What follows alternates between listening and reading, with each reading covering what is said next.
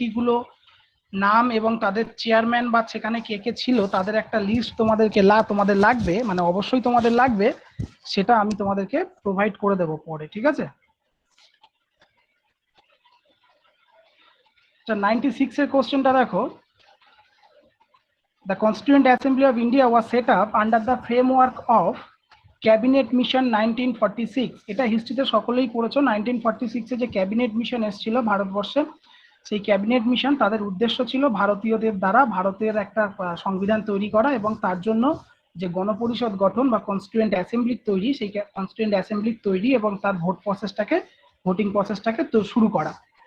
তো এটা নিয়ে একটু বলে রাখি, তৎকালীন ব্রিটিশ প্রধানমন্ত্রী ছিল এটলি, যে কিনা নতুন গভর্নমেন্ট, ইংল্যান্ডের যে নতুন পার্লামেন্ট, সেই পার্লামেন্টের ক্ষমতায় এসেছিল লেবার পার্টির একজন সদস্য এবং একজন নেতা ছিলেন এটলি, ইংল্যান্ডের যে লেবার পার্টি সেই পার্টির।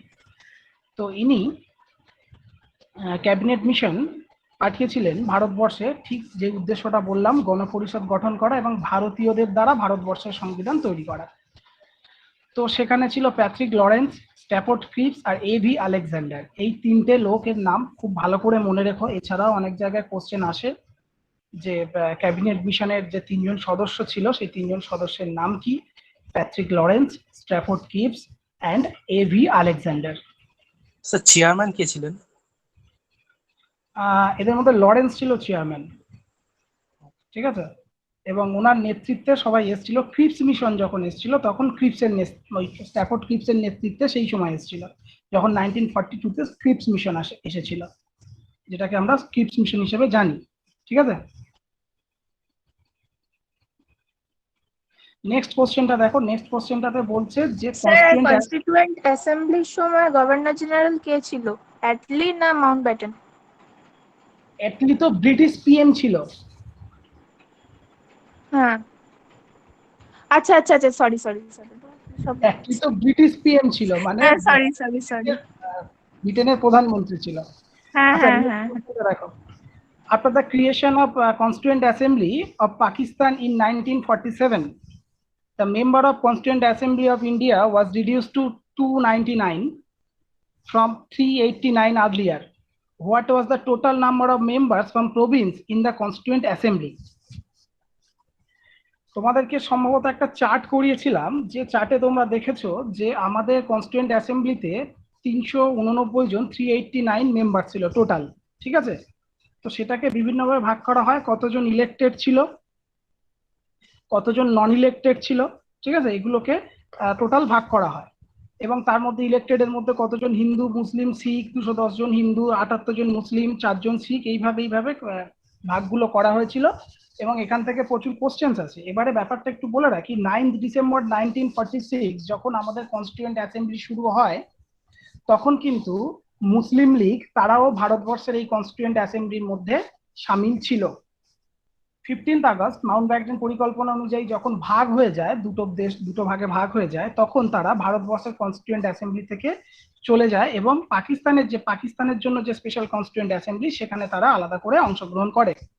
তার ফলে এই যে 389, এই নাম্বারটা রিডিউস হয়ে গেছিল 299, ঠিক আছে, অর্থাৎ 90 জন আমার কমে গেছিল কনস্টিটিউয়েন্ট অ্যাসেম্বলি থেকে। এবারে এই যে 90 জন কমে গেল, এই জায়গাটাতে আমাদের যে টোটাল ইলেক্টেড মেম্বার ছিল 292 জন। 389 টোটাল মেম্বারের মধ্যে ইলেক্টেড মেম্বার ছিল 292। এখানে কোশ্চেনটা হচ্ছে ইলেক্টেড মেম্বারটা তখন কমে কতটায় চলে এসেছিল? এই ইলেক্টেড মেম্বারটা তখন কমে এসেছিল 229, অর্থাৎ 229, ঠিক আছে।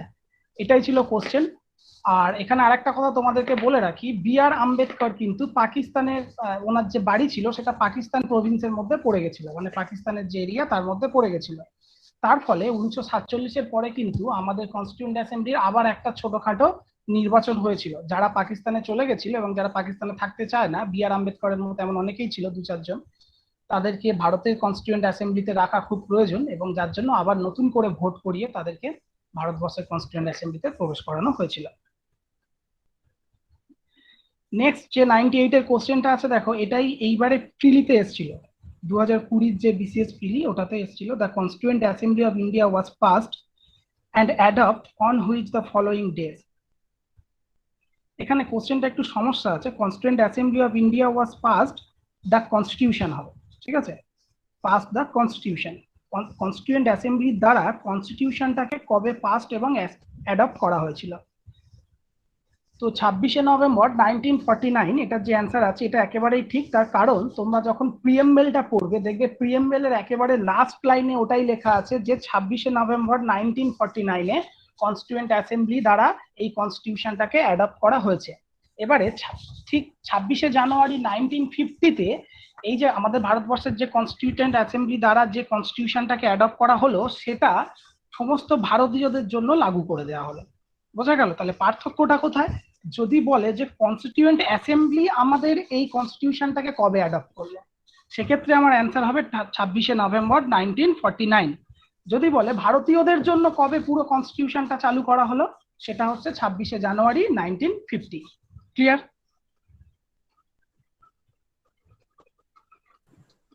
স্যার কেউ প্রেজেন্ট করে দিয়েছে। কে গো? স্যার আপনি প্রেজেন্ট করুন, দেখা যাচ্ছে না। সমস্যা। কে এটা? কে প্রেজেন্ট করছে? সুদীপা দে। সুদীপা, ওটাকে বন্ধ করো।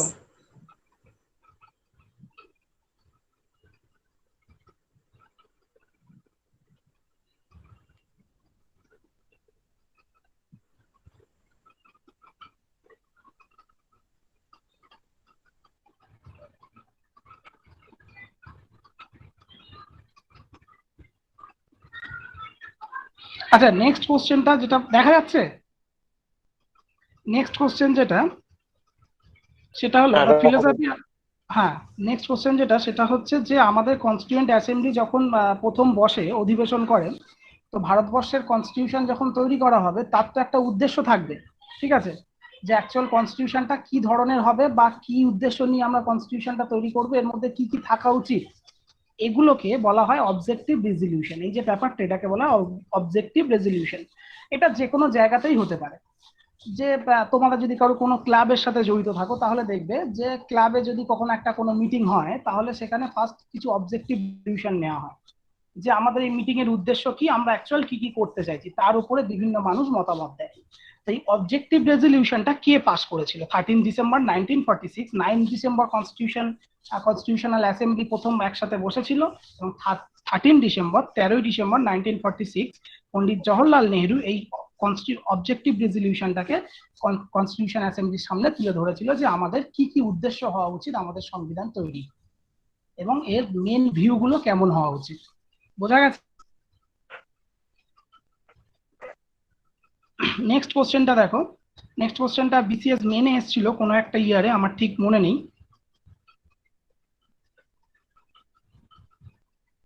বলছে যে অবজেক্টিভ রেজলিউশন ছিল, এই অবজেক্টিভ রেজলিউশনটা,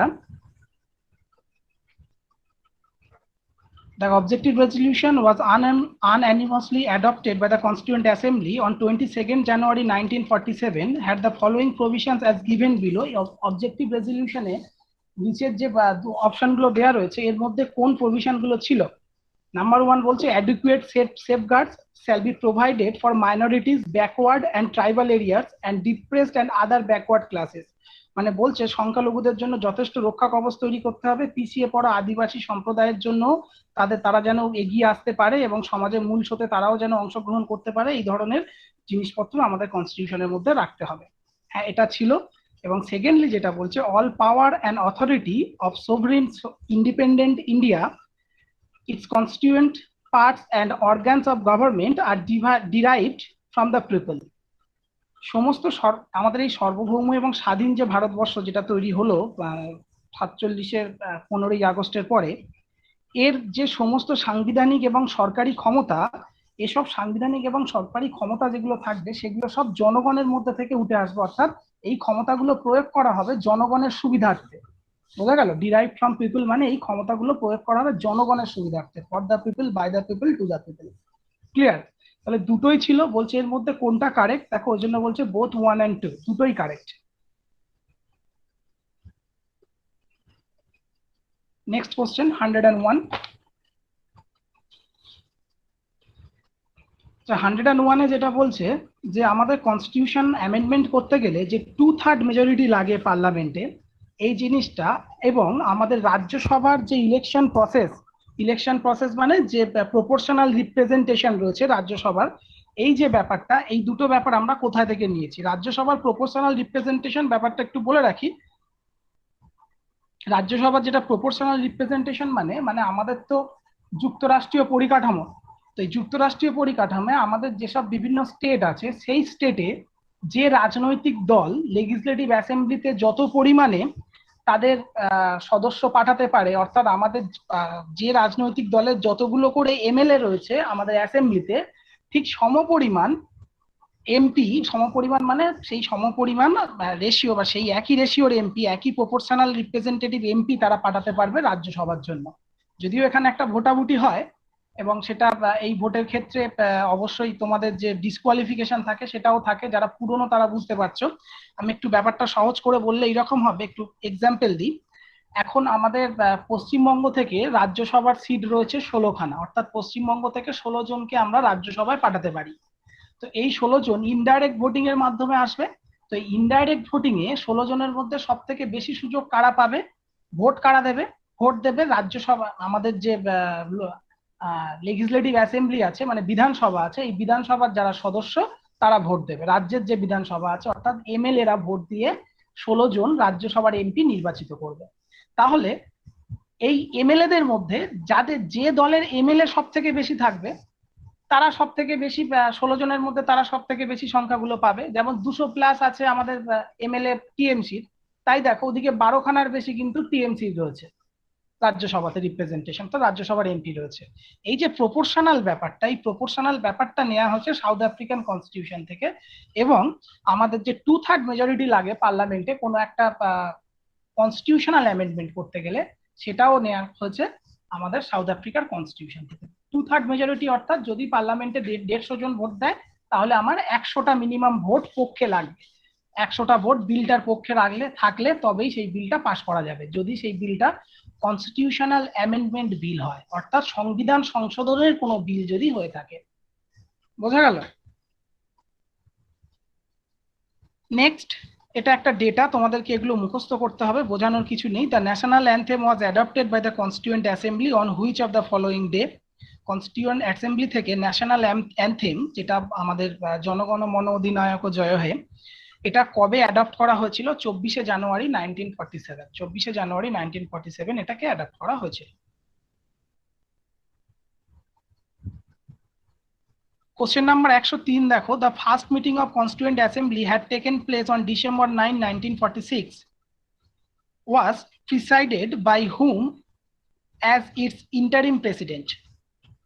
যখন 9 ডিসেম্বর 1946 কনস্টিটিউয়েন্ট অ্যাসেম্বলি প্রথমবারের জন্য সভা বসে, কনস্টিটিউয়েন্ট অ্যাসেম্বলির সভাটা বসে, সেই সভাগৃহে কে ইন্টারিম প্রেসিডেন্ট হিসেবে মানে সভাপতিত্ব করেছিল? ইন্টারিম প্রেসিডেন্ট অর্থাৎ যখন প্রেসিডেন্ট কেউ নেই তখন তার কাজটা চালানোর জন্য।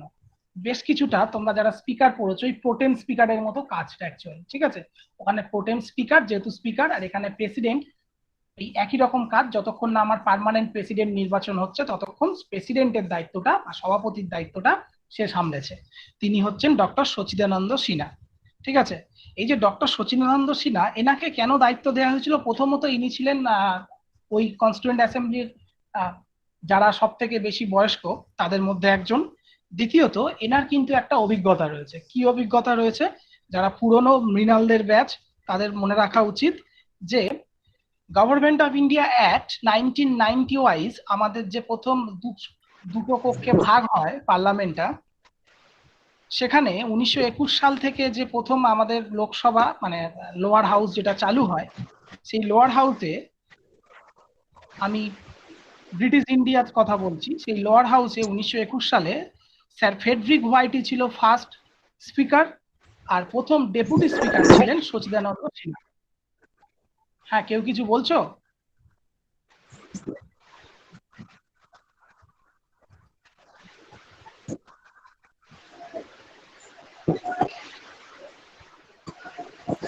স্যার কাজল দাস করে দিয়েছে স্ক্রিন প্রেজেন্ট, আবার নতুন করে দিন। ওহো,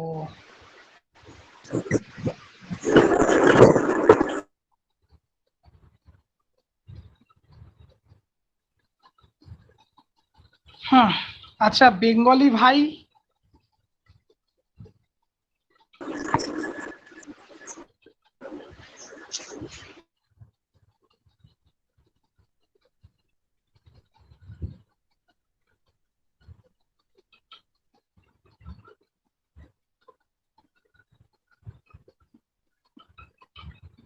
আচ্ছা, তো কি বলছিলাম, ডক্টর সচিদানন্দ সিনহা, এনাকে প্রথম দায়িত্বটা দেওয়া হয়েছিল কারণ এনার সভা সামলানোর মতো এক্সপিরিয়েন্স ছিল। উনি ছিলেন 1921 সালে ভারতবর্ষের তৈরি প্রথম যে লোয়ার হাউস, সেই লোয়ার হাউসের প্রথম ডেপুটি স্পিকার। ঠিক আছে, তো সুতরাং সভা সামলানোর মতো দায়িত্ব মানে ওনার এক্সপিরিয়েন্স ছিল। তাই যেহেতু একটা নতুন সভা তৈরি হচ্ছে, এমন একটা লোককে প্রথমে সভাপতির দায়িত্ব দেওয়া উচিত যার এইরকম একটা সভা চালানোর বা সামলানোর এক্সপিরিয়েন্স রয়েছে। সেই জন্য ডক্টর সচিদানন্দ সিনহাকে দেওয়া হয়েছিল। Clear? Next question, who among the following was the first Chief Justice of India and assumed office on 26 January 1950? এদের মধ্যে কে প্রথম চিফ জাস্টিস অফ ইন্ডিয়া ছিল এবং যে কিনা 1950 তে 26শে জানুয়ারি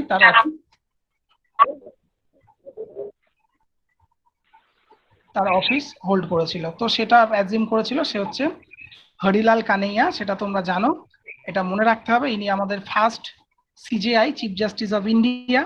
অ্যাট প্রেজেন্ট যে আছে শরদ অরবিন্দ বোবদে। এই শরদ অরবিন্দ বোবদে ইনি হচ্ছে 47 মানে 47তম, এবং হরিলাল কানাইয়া ইনি ছিলেন প্রথম।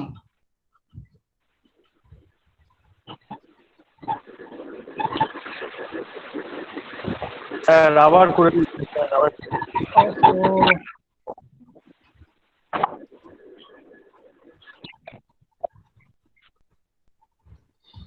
আচ্ছা, কাজল দাস, কেউ স্ক্রিন প্রেজেন্ট করো না, ঠিক আছে?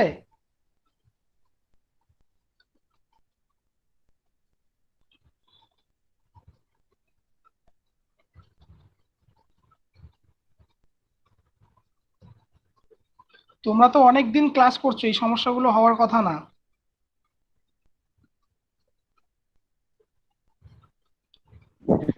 স্যার ও বারবার ঢুকছে আর বেরোচ্ছে, তো তার জন্য আবার কিছুক্ষণ বাদে রিজয়েন করতে যাবে, তখন আবার স্ক্রিন প্রেজেন্ট হবে, রেডি থাকবেন, নাম্বার হবে। হ্যাঁ, তো ঢুকলে বেরোলে স্ক্রিন প্রেজেন্ট হওয়ার জায়গা আছে নাকি? হ্যাঁ, ঢোকার সময় অপশন আছে, রিজয়েন করতে হবে না স্ক্রিন প্রেজেন্ট করতে হবে। বোধহয় স্ক্রিন প্রেজেন্টে ক্লিক করে দিতে হবে।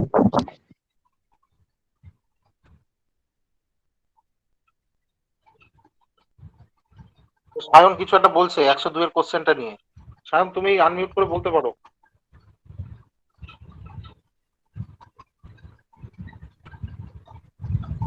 বলছি স্যার, ওই যে ন্যাশনাল অ্যানথেম যেটা অ্যাডপ্ট করা হয়েছে ওটা কি 1947-এ? হ্যাঁ, 1947-এ। মানে 1950-এ অ্যাডপ্ট হয় না? না, 1950-এ, তখন তো 1950-এ তো কনস্টিটিউয়েন্ট অ্যাসেম্বলি কাজ বন্ধ হয়ে গেছে। 26শে জানুয়ারি 1949-এ তো কনস্টিটিউয়েন্ট অ্যাসেম্বলির গল্প শেষ। ও আচ্ছা, ঠিক আছে। ঠিক আছে। স্যার বলছি 1921-এ যে এটা বললেন যে ডেপুটি এটা ছিল হচ্ছে স্পিকারটা কে বলছো? কৌশিক? হ্যাঁ হ্যাঁ স্যার, বলছি ফার্স্ট স্পিকারের নামটা কি ছিল 1921-এ? ফেডরিক কি বললেন? হোয়াইটি। আচ্ছা, ঠিক আছে। এগুলো সব আসবে তোমাদের পরে, যেগুলো যখন করানো হবে এগুলো সব পেয়ে যাবে, চাপের কিছু নেই। এখন যদি পারো, যারা পারছো অবশ্যই লিখে রাখো।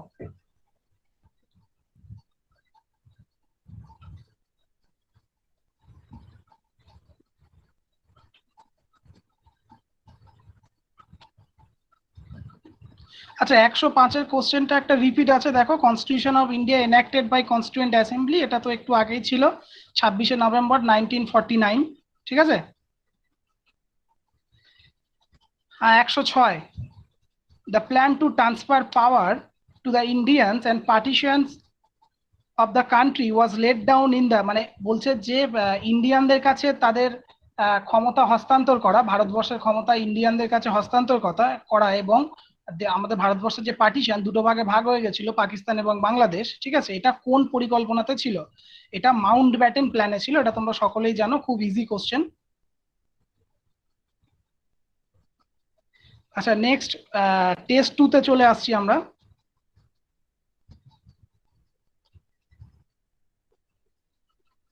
টেস্ট 2 এর ফার্স্ট কোশ্চেন অর্থাৎ 123। এখানে বলছে if a new state is to be created which of the following schedules of the constitution must be amended. যদি একটা নতুন স্টেট ক্রিয়েট করতে হয় তাহলে এর মধ্যে কোন শিডিউলটাকে অবশ্যই অ্যামেন্ড করতে হবে। তো তোমরা জানো ফার্স্ট শিডিউলে স্টেট আর তার টেরিটরি এগুলো সব রয়েছে, তো সুতরাং ফার্স্ট শিডিউলটাকে অ্যামেন্ড করতে হবে। কারণ যদি পশ্চিমবঙ্গটাকে দুটো ভাগে ভাগ করে দিই তাহলে যে স্টেটের টেরিটরি গুলো সেটা তো পশ্চিমবঙ্গের টেরিটরি কমে যাবে, একটা নতুন স্টেট বাড়বে, সুতরাং ফার্স্ট শিডিউলটা তো অ্যামেন্ড করতেই হবে। তো এখানে অ্যান্সার হচ্ছে ফার্স্ট শিডিউল, এবং ফার্স্ট শিডিউলে জানো ওগুলোই রয়েছে।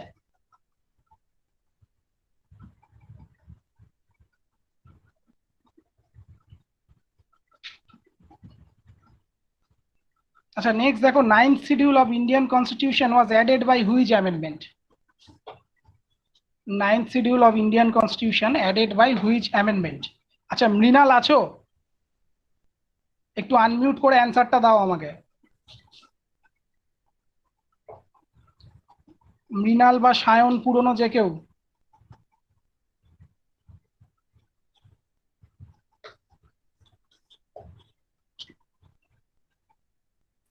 এটা তো ফার্স্ট অ্যামেন্ডমেন্ট একদম ফার্স্ট অ্যামেন্ডমেন্ট 1951, ঠিক আছে?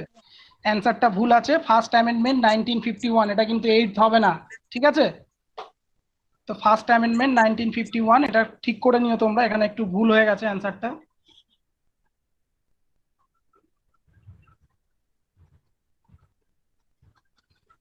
নেক্সট 124 আর 24 দুটো আছে, যাই হোক দ্বিতীয় 124টা দেখো, which schedule contains the provisions for the administrative and control of scheduled areas in several states? ওই যে কোন শিডিউলের মধ্যে আমরা শিডিউল এরিয়া এবং শিডিউল ট্রাইবের যে ব্যাপারগুলো আছে বিভিন্ন স্টেটের, সেগুলো আমরা যে বিভিন্ন স্টেটের শিডিউল এরিয়া বা শিডিউল ট্রাইবের যে নির্দিষ্ট অঞ্চলগুলো চিহ্নিত করা আছে সেগুলো আমরা কোন শিডিউলের মধ্যে পাই? এটা হচ্ছে 5th শিডিউল, এবং এই শিডিউলটা মনে রাখার একটা শর্টকাট তোমরা এখন সবাই জানো, টিয়ার্স অফ ওল্ড পিএম, এটার একটা শর্টকাট, যারা জানো না তাদেরকে আমি এটা পাঠিয়ে দেবো, ঠিক আছে? তো সেখানে দেখবে 5th শিডিউলের মধ্যে আমাদেরকে শিডিউলড অ্যান্ড শিডিউল ট্রাইব এরিয়ার কথাগুলো বলা আছে। কি জিনিস ব্যাপারগুলো? শিডিউল বা শিডিউল ট্রাইব যে এরিয়াগুলোর কথা বলা আছে এগুলো হচ্ছে একটা স্পেশাল এরিয়া, যে এরিয়াতে কিছু রেস্ট্রিকশন থাকে। যেমন তোমরা জানো যে রাইট টু প্রপার্টি এটা কিন্তু আমাদের ফান্ডামেন্টাল রাইট না বা মৌলিক অধিকার নয়। তো তাই বলে আমরা যে কোনো জায়গাতে গিয়ে জায়গা কিনতে পারি না।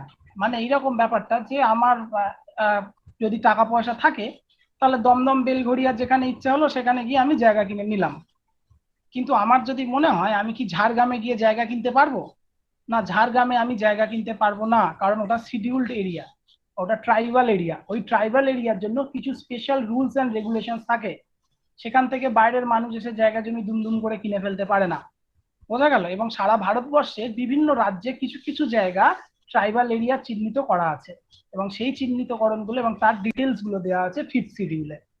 ক্লিয়ার?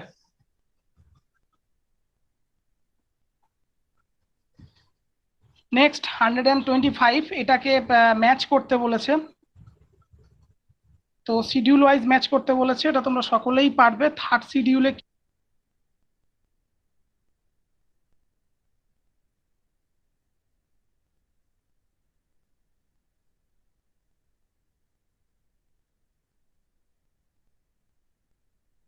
তুহিন শোনা যাচ্ছে না।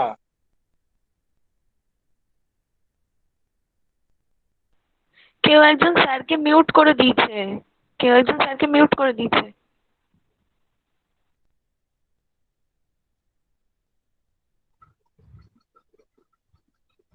শোনা যাচ্ছে? হ্যাঁ ঠিক আছে, শোনা যাচ্ছে। হ্যাঁ, সৌরভ বারুই করেছে ওটা।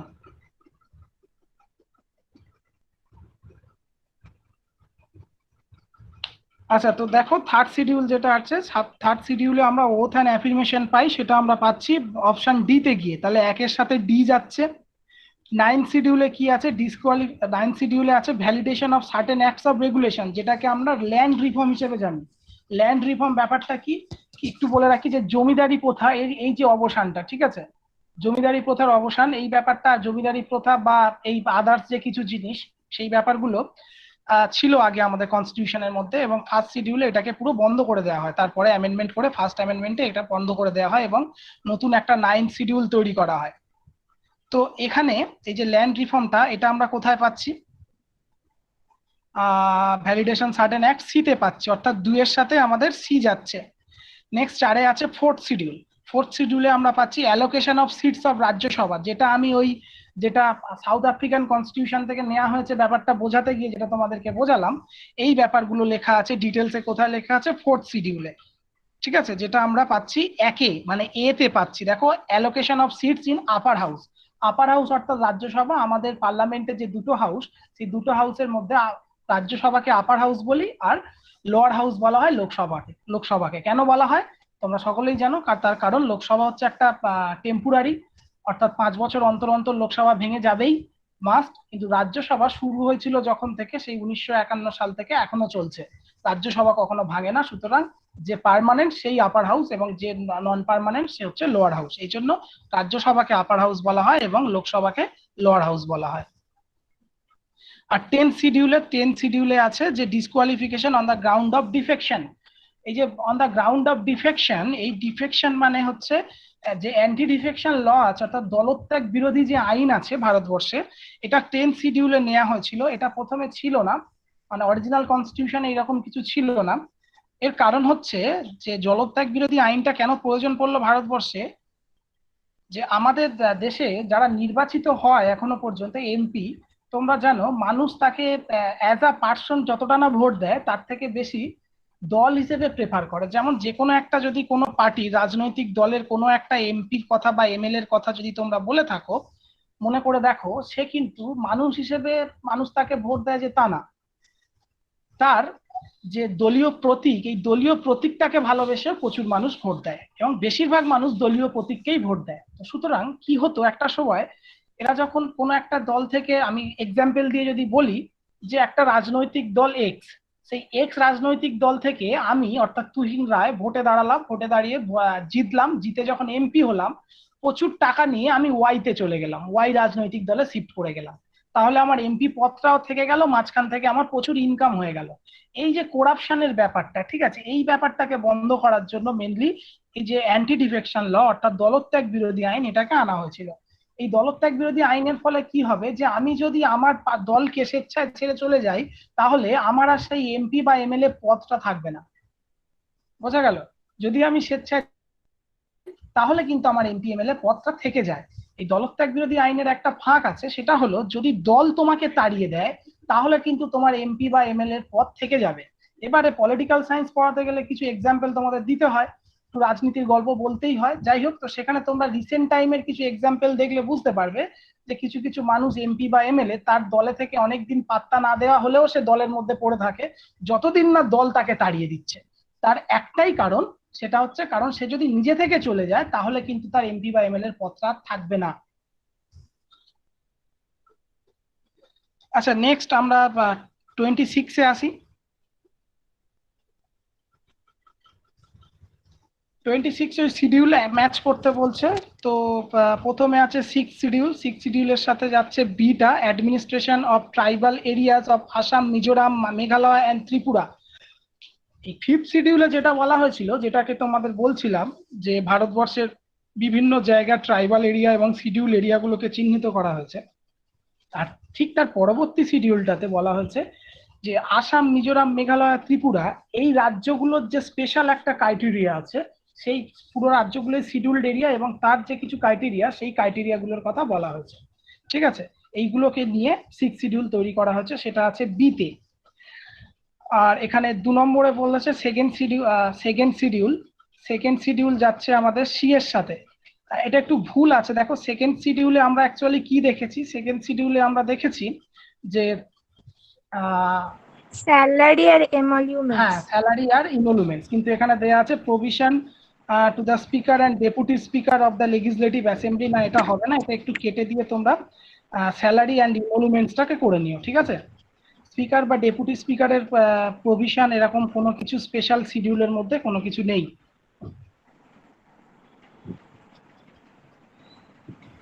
তো 3 নম্বরটা দেখো 12th শিডিউল। 12th শিডিউলে আছে power and authority of municipalities. আর 5th শিডিউল, এটা আগেই বলেছি, administration and control of scheduled areas.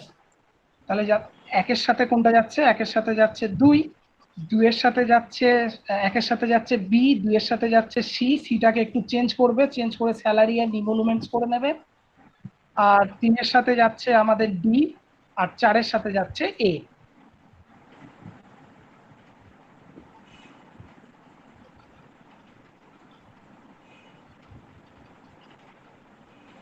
Next, এটা খুব important question. The 6th schedule of Indian Constitution deals with the administration and control of scheduled areas and scheduled tribes in 4 states. যে এই 6th শিডিউলের যে 4টে স্টেটের সাথে ডিল করে 6th শিডিউলটা, সেই 4টে স্টেটের নাম কি কি? আসাম, মেঘালয়, ত্রিপুরা অ্যান্ড মিজোরাম। এটা খুব ইম্পর্টেন্ট কোশ্চেন, তোমরা মনে রাখবে, পারলে আলাদা করে কোনো একটা খাতায় নোট ডাউন করে রেখো। অনেকবার অনেক রকম পরীক্ষাতে এটা এসছে যে 6th শিডিউলের যে 4টে রাজ্য ডিল করে 6th শিডিউল নিয়ে, সেটা হচ্ছে আসাম, মেঘালয়, ত্রিপুরা অ্যান্ড মিজোরাম। স্যার এর উত্তরটা আগের কোশ্চেনে দেওয়া আছে। হ্যাঁ, আগের কোশ্চেন ওই ম্যাচিং এর মধ্যেই দেওয়া রয়েছে। নেক্সট 128।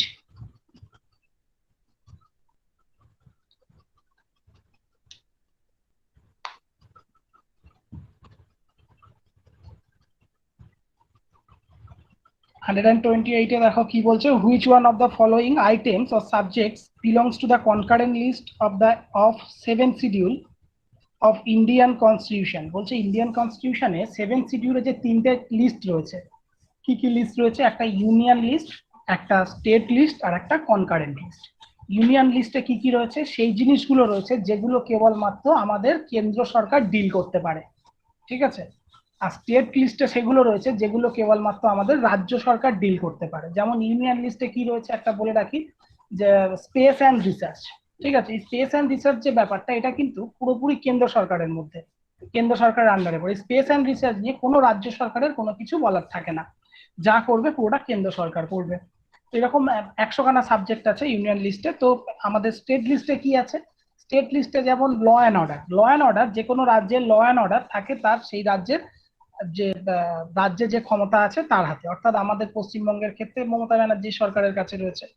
এবারে কনকারেন্ট লিস্ট, যেটা মানে যৌথ তালিকা, এমন কিছু তালিকা থাকে, এমন কিছু সেখানে থাকে সাবজেক্ট, যে সাবজেক্টগুলো স্টেট এবং ইউনিয়ন দুজনে মিলে দেখবে। অর্থাৎ ইউনিয়ন একটা গাইডলাইন তৈরি করবে, তার সাথে স্টেট তার নিজস্ব কিছু গাইডলাইন অ্যাড করতে পারে, ঠিক আছে, করে নিজেদের মতো করে চালাবে। যেমন এডুকেশন আছে, ফরেস্ট আছে, এর মধ্যে আমরা ফরেস্ট পেয়ে গেছি, ঠিক আছে। আচ্ছা, তাছাড়াও বলি যে পাবলিক হেলথ অ্যান্ড স্যানিটেশন, এই পাবলিক হেলথের ব্যাপারটা কিন্তু এটাও কিন্তু আমাদের কনকারেন্ট লিস্টে আছে। সেক্ষেত্রে এখানে একটু সমস্যা আছে, সেটা হচ্ছে পাবলিক হেলথ অ্যান্ড স্যানিটেশনটা এটা অপশনে না থাকলে ভালো হতো, কারণ পাবলিক হেলথ কিন্তু এখন কনকারেন্টের মধ্যেই রয়েছে, স্বাস্থ্য। আচ্ছা, তো নেক্সট আর্টিকেল 129।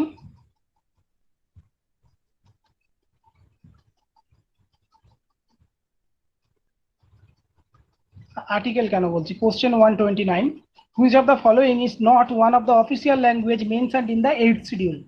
বলছে যে 4টে অপশন আছে, এই 4টে অপশন 8th শিডিউলে কি আছে আমরা জানি, যে আমাদের যে অফিসিয়াল ল্যাঙ্গুয়েজ আছে বর্তমানে 22খানা রয়েছে। এই 22টা অফিসিয়াল ল্যাঙ্গুয়েজ 8th শিডিউলে বলা রয়েছে কোন কোন 22টা আমাদের ভারতবর্ষের সরকারি ভাষা বা অফিসিয়াল ল্যাঙ্গুয়েজ হিসেবে বিভিন্ন স্টেটে ব্যবহার করা যেতে পারে। তো এই 4টে অপশনের মধ্যে কোনটা নেই? 4টে অপশনের মধ্যে দেখো পার্সিয়ানটা নেই, বাকি সংস্কৃত, কাশ্মীরি, নেপালি এগুলো সব আছে। পার্সিয়ান যে ল্যাঙ্গুয়েজটা সেটা কিন্তু আমাদের 8th শিডিউলে নেই। এবং এর থেকেও যেটা ইম্পর্টেন্ট তোমরা মনে রেখো, সেটা হচ্ছে ইংলিশ। ইংলিশটাও কিন্তু আমাদের এই 8th শিডিউলের মধ্যে অফিসিয়াল ল্যাঙ্গুয়েজ হিসেবে লেখা নেই, যদিও ইংলিশ ভারতবর্ষের অফিসিয়াল ল্যাঙ্গুয়েজ, ঠিক আছে। তাহলে একটা এক্সেপশন মনে রেখো, সেটা হচ্ছে ইংলিশ ভারতবর্ষের official language and one of the most important official language, কিন্তু সেটা 8th শিডিউলের মধ্যে লেখা নেই।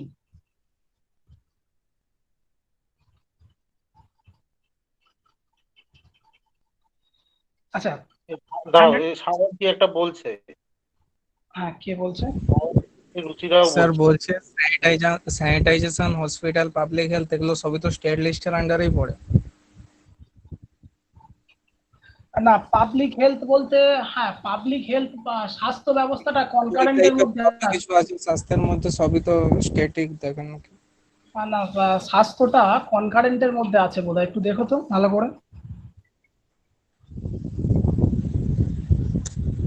মানে এই যে হসপিটাল টসপিটাল যেগুলো সব আছে এগুলো সবই তো স্টেটের মধ্যেই পড়ে। স্টেটের মধ্যে পড়ে, কিন্তু কেন্দ্র সরকারের গাইডলাইন মেনে চলতে হয়।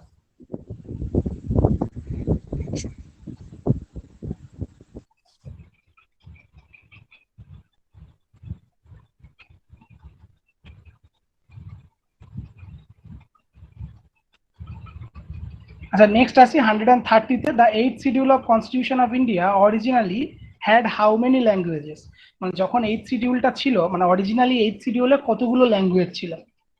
ঠিক আছে, 8th শিডিউলে কতগুলো ল্যাঙ্গুয়েজ ছিল? 14খানা ছিল। পরে যেগুলো এসছে এটা তোমাদের লেখানো হয়নি, যারা পুরনো তাদেরও লেখানো হয়নি।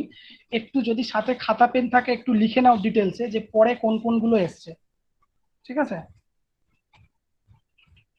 আর লেখো 21st amendment act 1967।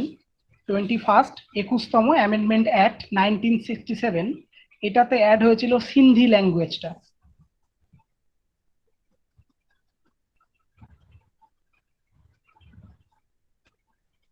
Next 71st, অর্থাৎ 71তম, 1992 71st অ্যামেন্ডমেন্ট অ্যাক্ট।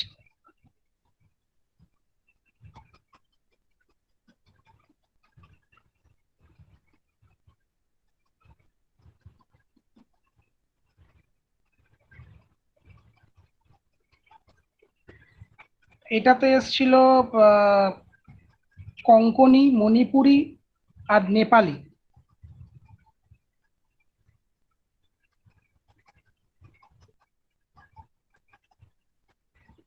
আর 2003 সালে 92nd অ্যামেন্ডমেন্ট অ্যাক্টের মাধ্যমে এসেছিল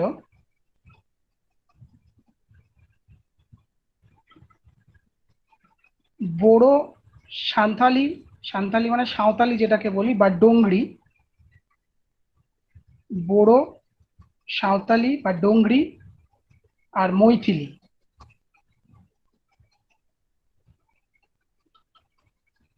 অ্যান্ড 2011-তে 96th অ্যামেন্ডমেন্ট অ্যাক্টের মাধ্যমে এসেছিল উড়িয়া, ওডিয়া, ODIA। তো অরিজিনালি ছিল 14টা, এখন অ্যাট প্রেজেন্ট আছে 22টা। স্যার লাস্টেরটা আরেকবার বলুন। 2011-তে এসেছিল উড়িয়া, ODIA, ওড়িয়া, উড়িয়া ভাষা যেটা উড়িষ্যাতে।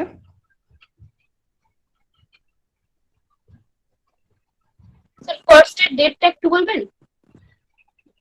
2011, 2011 ইয়ার।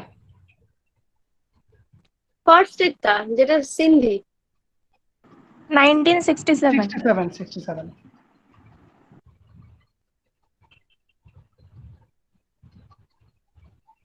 আচ্ছা, তো লকডাউন টেস্ট 3-এ চলে এসেছি আমরা। এখানে কোশ্চেন নাম্বার 80 থেকে শুরু হচ্ছে। দাদা এই পিন্টু প্রেজেন্ট করে দিয়েছে। প্রেজেন্ট করে দিয়েছে। পিন্টু স্ক্রিন প্রেজেন্ট করবে না।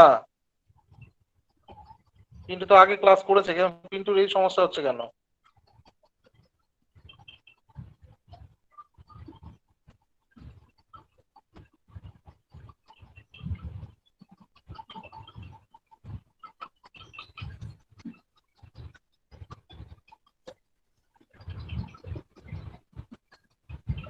আচ্ছা, তো বলছে দেখো, which of the following is not a fundamental right in the constitution of India? তো নিচে যে অপশনগুলো আছে এর মধ্যে আমাদের কনস্টিটিউশন অফ ইন্ডিয়াতে, আমাদের কনস্টিটিউশনে কোনটা আমাদের ফান্ডামেন্টাল রাইট হিসেবে ধরা হয় না, মানে কোনটা ফান্ডামেন্টাল রাইট নয়? Right to work, right to equality, right two freedom of religion. ঠিক আছে, তো right to equality, right two freedom of religion এগুলো সবই আছে তোমরা জানো, কিন্তু রাইট টু ওয়ার্ক বা কাজের যে অধিকার, এটা কিন্তু ভারতবর্ষের মৌলিক অধিকার নয়। তো এটা নিয়ে যারা পলিটিক্যাল সায়েন্স পড়েছো তাদের গ্র্যাজুয়েশনে যদি কেউ পড়ে থাকো দেখবে এটা নিয়ে অনেক বড় বড় কোশ্চেন লম্বা লম্বা লিখতে হতো, যে ভারতবর্ষে আমাদের যে মৌলিক অধিকারগুলো আছে সেই মৌলিক অধিকারগুলোর মধ্যে কোনগুলো নেই, বা ক্রিটিসিজম কি কি। তো সেখানে একটু মনে রাখবে কিছু কিছু জিনিস ভারতবর্ষে যেগুলো সত্যি দরকার ছিল, তার মধ্যে একটা রাইট টু ওয়ার্ক বা কাজ করার যে অধিকার, সেটা মৌলিক অধিকারের মধ্যে পড়ে না। এছাড়াও আমরা যেটা ভোট দিই, মানে রাইট টু ভোট, এই ভোটদানের অধিকারটা, মানে ভারতবর্ষ একমাত্র গণতান্ত্রিক দেশ যে দেশের মৌলিক অধিকার আছে অথচ ভোটদানের অধিকারটা মৌলিক অধিকারের মধ্যে পড়ে না। ঠিক আছে, তো এটা ভোটদানের যে অধিকারটা রাইট টু ভোট, এটা হচ্ছে একটা কনস্টিটিউশনাল আমাদের মানে কনস্টিটিউশনাল রাইট বা আমাদের সাংবিধানিক অধিকারের মধ্যে পড়ে। নেক্সট 81, কোশ্চেন 81 এ বলছে fundamental rights have no value without right to constitutional remedies. ঠিক আছে, বলছে যে এটা তোমরা জানো ভালো করেই যে যদি আমাদের রাইট টু কনস্টিটিউশনাল রেমেডিজ না থাকে তাহলে সত্যি ফান্ডামেন্টাল রাইটের কোনো দাম নেই। ফান্ডামেন্টাল রাইট মানে মৌলিক অধিকার, অর্থাৎ যে অধিকারগুলো আমাদের থেকে কোনো সময় কেউ মানে সরকার কখনোই সাধারণ নাগরিকের কাছে থেকে কেড়ে নিতে পারবে না। আর প্রেজেন্ট হচ্ছে কে স্যার? আচ্ছা শুনতে থাকো, আমি বলতে থাকি আর তার সাথে কাজ করছি। তো এইরকম মৌলিক অধিকার যেগুলো আছে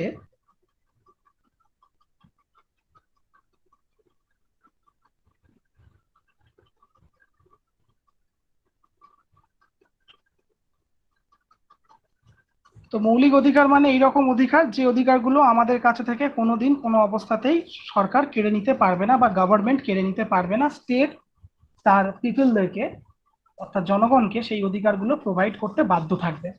এবারে যদি এর এগেনস্টে আমরা কোর্টে যেতে না পারি, অর্থাৎ কনস্টিটিউশনাল রেমেডিস কথার অর্থ কি? রেমেডি মানে আমরা জানি পথ্য, অর্থাৎ আমরা যদি কোনো একটা অধিকার না পাই যেগুলো আমাদের কনস্টিটিউশনে মৌলিক অধিকার বলা আছে, তাহলে তার এগেনস্টে আমরা কোর্টে যেতে পারি। কোর্টে গিয়ে একটা কেস ফাইল করতে পারি যে আমরা কনস্টিটিউশনাল এই অধিকারগুলো পাচ্ছি না বা আমার মৌলিক অধিকার পাচ্ছি না। সেক্ষেত্রে বর্তমান ভারতবর্ষের সুপ্রিম কোর্ট বা হাইকোর্ট তার এগেনস্টে স্টেপ নেবে এবং যে ব্যক্তিটা সেই অধিকারটা পাচ্ছে না তাকে সেই অধিকার পাইয়ে দেওয়ার দায়িত্ব হচ্ছে সুপ্রিম কোর্ট বা হাইকোর্টের। এই কথাটি আমাদের মৌলিক অধিকারের মধ্যেই বর্ণিত রয়েছে। তো সেই জন্য বলা হচ্ছে যদি এই অধিকারটা না দেওয়া থাকতো, কনস্টিটিউশনাল রেমেডির অধিকারটা না দেওয়া থাকতো, তাহলে কিন্তু ফান্ডামেন্টাল যে রাইট গুলো আমাদের রয়েছে বা মৌলিক অধিকারগুলো যেগুলো রয়েছে সেগুলো থাকা না থাকা দুটো সমান হয়ে যেত। অর্থাৎ লেখা রয়েছে সংবিধানে কিন্তু আমরা পাচ্ছি না। ঠিক আছে, এবং আমরা না পেলে কোথায় যাব, কোথায় গিয়ে এটাকে আমরা পেতে পারি তারও যদি কোনো কিছু নির্দিষ্টকরণ না করা থাকতো, সেক্ষেত্রে সাধারণ মানুষের কাছে এটা ফান্ডামেন্টাল রাইটের আর কোনো ভ্যালু থাকতো না। সেই কথাটাই এখানে বলা হয়েছে যে fundamental right have no value without right to constitutional remedies.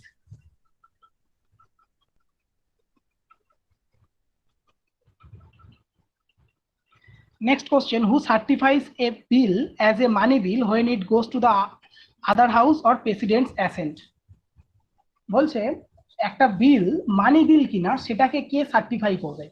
একটা বিল মানি বিল কিনা সেটাকে সার্টিফাই করবে লোকসভার স্পিকার। লোকসভার যিনি স্পিকার থাকবেন তিনি সার্টিফাই করবে একটা বিল মানি বিল কিনা। তো কেন এটা সার্টিফাই করলে কি হয়? মানি বিলটা কি জিনিস আমরা একটু জেনে নিই। মানি বিল হচ্ছে কোনো অর্থ সংক্রান্ত যে কোনো বিল, অর্থাৎ লোকসভাতে যদি অর্থ সংক্রান্ত কোনো বিল পেশ করা হয়, সেই বিলটা লোকসভাতে পাশ হয়ে যায় এবং সেই বিলটা লোকসভায় পাশ হওয়ার পরে আমরা জানি লোকসভার পাশ হওয়ার 14 দিনের মধ্যে যে কোনো বিলকে রাজ্যসভা থেকে পাশ করতে হয়। কিন্তু মানি বিলের ক্ষেত্রে স্পেশাল যে ক্রাইটেরিয়াটা রয়েছে, মানি বিল রাজ্যসভাতে ভোটাভুটি হয় না, রাজ্যসভা থেকে পাশ করাতে হয় না। তাই বলে এটা নয় যে মানি বিল নিয়ে রাজ্যসভাতে ডিবেট বা আলোচনা হবে না।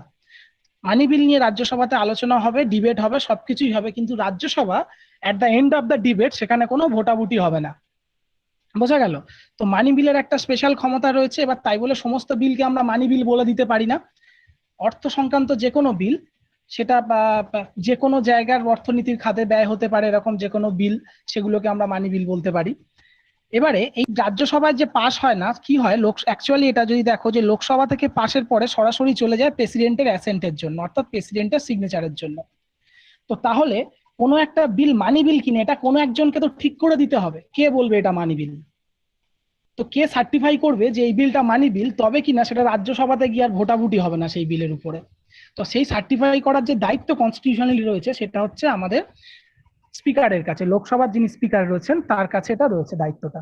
লোকসভা স্পিকার কোনো একটা বিল দেখবে, বিলটা পড়বে, তারপর স্পিকার যদি মনে করে এটা একটা মানি বিল তাহলে স্পিকার সেটাকে মানি বিল হিসেবে করবে এবং তারপরে সেটা রাজ্যসভাতে আর ভোটাভুটি হবে না, রাজ্যসভাতে অবশ্যই সেটা নিয়ে আলোচনা হবে এবং তারপরে চলে যাবে প্রেসিডেন্টের কাছে সরাসরি প্রেসিডেন্টের অনুমোদনের জন্য। আশা করছি বুঝতে পেরেছো। নেক্সট চলে আসি। Indian citizenship can be acquired by by birth, by descent, by naturalization, any of the above. তো সিটিজেনশিপের একটা ভিডিও দেওয়া হয়েছিল, যদি তোমরা দেখে থাকো বা যারা ক্লাস করেছো তারা প্রত্যেকেই বুঝতে পারছো যে সবগুলোই হবে, কারণ বাই বার্থ কেউ একজন ভারতীয় হতে পারে, বাই ডিসেন্টও হওয়া যায়। বাই বার্থ মানে জন্মগত, বাই ডিসেন্ট জন্মসূত্রে, আর ন্যাচারালাইজেশন মানে চারিত্রিক ভাবতে দিক থেকে বা প্রকৃতিগত ভাবে আর কি। অনেকদিন ভারতবর্ষে থাকলে তার ভারতবর্ষের মতো তার ভারতবর্ষের মানুষের মতো তার বিহেভিয়ার, কালচার, প্রকৃতি হয়ে যায়, তাই ভারতবর্ষ তাকে তার নাগরিকত্ব প্রদান করতে পারে। এটা হচ্ছে ন্যাচারালাইজেশন। এর ডিটেলস দেওয়া রয়েছে তোমাদের ভিডিওতে বা তোমাদের খাতায় লেখা রয়েছে। ন্যাচারালাইজেশনের যে প্রসেস সেটা হচ্ছে আমাদের লাস্ট 1 ইয়ার কন্টিনিউয়াসলি ইন্ডিয়াতে থাকতে হবে, তার মধ্যে 1 ইয়ার এই টার্মটা যদি এই ক্রাইটেরিয়াটা যদি পূরণ হয়ে যায়, তাহলে দেখা হবে যে 1 ইয়ারের আগে 12 বছরের মধ্যে 14 বছরের মধ্যে 11 বছর সে ভারতবর্ষে ছিল কিনা। ঠিক আছে, এই 14 বছরের মধ্যে 11 বছর যদি সেই ক্রাইটেরিয়াটাও কমপ্লিট হয়ে যায়, তাহলে ভারতবর্ষ থেকে তার নাগরিকত্ব দেয়া হতে পারে। আর বাই বার্থ অর্থাৎ জন্মগত ভারতীয় যারা, অর্থাৎ ভারতবর্ষের মাটিতে যারা জন্মেছে তারা প্রত্যেকেই ভারতীয়, যদিও এই জন্মটা হতে হবে 1 জুলাই 1987 এর আগে জন্ম হতে হবে, কারণ 1 জুলাই 1987 এর পরে যারা ভারতবর্ষে জন্মেছে তারা কিন্তু কেউ জন্মগত ভারতীয় নয়, অর্থাৎ ভারতবর্ষে জন্মেছে বলেই সে ভারতীয় হয়ে যাবে না, তাকে বাই ডিসেন্ট হতে হবে, অর্থাৎ জন্মসূত্রে হতে হবে, তার বাবা অথবা মায়ের যে কোনো একজন ভারতীয় হতে হবে, তবেই সে ভারতের নাগরিকত্ব পাবে। ঠিক আছে, এটা নিয়ে তোমরা যখন ক্লাস করেছো তখন শুনেছো প্রচুর সমস্যা ছিল। যারা বাইরে থেকে মানে বেআইনি যারা প্রবেশকারী তারা সব ভারতবর্ষে এসে থাকতো, তারপর কিছুদিন পরে তারা ভারতবর্ষে তাদের যখন সন্তান সন্ততি জন্ম নিত তখন সেই সন্তান সন্ততি বাই বার্থ ভারতীয় হয়ে যেত, সেখানে তাদেরকে আর আলাদা করা যেত না, তো সেই জন্য এটাকে রেস্ট্রিক্ট করা হয়েছিল। তো যাই হোক, 83টা অল অফ দ্য অ্যাবভ মানে যে কোনো একটা, যে কোনো একটাতেই হবে, যে কোনো একটাতেই আমরা ভারতের নাগরিকত্ব পেতে পারি। Next, which of the following articles contains the right to religious freedom. বলছে যে এই নিচের আর্টিকেলগুলোর মধ্যে কোন আর্টিকেলগুলোতে আমরা রিলিজিয়াস ফ্রিডম অর্থাৎ যে ধর্মীয় স্বাধীনতা সেগুলো পেয়ে থাকি। এটা আর্টিকেল 25 থেকে আর্টিকেল 28। আর্টিকেল 25 to 28 এর মধ্যে আমাদের যে ধর্মীয় স্বাধীনতার অধিকার, যেটা আমাদের ভারতবর্ষের মৌলিক অধিকার, সেই অধিকারগুলো পেয়ে থাকি। Next, question number 85. Which of the following articles guarantees equality before law and equal protection of law for all individuals residing within the territory of India? ভারতবর্ষের মধ্যে যারা রয়েছে, বসবাস করছে, আচ্ছা, residing within the territory of India মানে কিন্তু ভারতবর্ষের নাগরিক না, মানে ভারতবর্ষের মধ্যে এই মুহূর্তে যারা রয়েছে, ভারতবর্ষের টেরিটরির মধ্যে এই মুহূর্তে যারা রয়েছে, সে অন্য দেশ থেকে এলেও সে কিন্তু এই অধিকারটা পাবে। ঠিক আছে, তো তাদের প্রত্যেকের equal protection, equality before law and equal protection of law, এটা গ্যারান্টি করে আর্টিকেল 14 এ। Next, question number 86.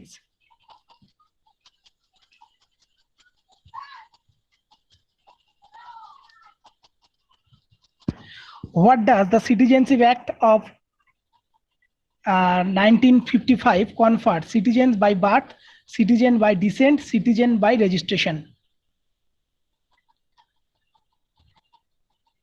দেখো, এটা প্রত্যেকটাই 1955 আমরা সিটিজেনশিপ যে অ্যাক্ট সেটার মধ্যে পেয়ে থাকি। এবারে তোমাদের অনেকের মনে হতে পারে, স্যার 1955 এর যে সিটিজেনশিপ অ্যাক্ট সেখানে বাই ডিসেন্টটা কি করে আসবে? বাই ডিসেন্ট তো আমার শুরু হচ্ছে 1987 থেকে, তাই তো? তো কেন এটাকে বাই ডিসেন্টটাও এর মধ্যে বলা হচ্ছে? কারণ তোমরা জানো ভারতবর্ষের যে সিটিজেনশিপ অ্যাক্ট এক্সেপ্ট পার্ট 2, এটা একবারই তৈরি করা হয়েছিল 1955 এ, এবং সেই 1955 এর যে সিটিজেনশিপ অ্যাক্ট সেটা কিন্তু এখনো চলে আসছে। 2019-এ যে এত গন্ডগোল শুনলে সেটা কিন্তু সিটিজেনশিপ অ্যামেন্ডমেন্ট অ্যাক্ট নিয়ে, সিএএ অর্থাৎ সিটিজেনশিপ অ্যামেন্ডমেন্ট অ্যাক্ট। কিসের অ্যামেন্ডমেন্ট? এই 1955 এর কিছু প্রভিশন সেগুলোকে অ্যামেন্ড করা হয়েছে। এই 1955 এর এই প্রভিশন গুলোকে বারবার অ্যামেন্ড করা হয়েছে। ঠিক আছে, বোঝা গেল? কিন্তু আমাদের এখনো যদি মূল যে বেসটা সেটা ধরি, সেটা কোনটা? সেটা 1955 এর সিটিজেনশিপ অ্যাক্টটাই। তো সেই 1955 এর সিটিজেনশিপ অ্যাক্টের মধ্যে বাই ডিসেন্টটাকে অ্যামেন্ড করে ঢোকানো হয়েছে, অর্থাৎ বাই ডিসেন্টটা কিন্তু এর মধ্যে রয়েছে। কেউ এটা ভেবো না যে 1987 এ এসছে তাহলে 55 এ কি করে পাচ্ছি আমরা। তো তাহলে আমরা এই তিনটেই পাচ্ছি, বার্থ, সিটিজেনশিপ বাই ডিসেন্ট। 86 না 1986-এ ওটা মানে অ্যাড করা হয়েছিল, কিন্তু কাট অফ ডেট ছিল 1 জুলাই 1987, তাই তো?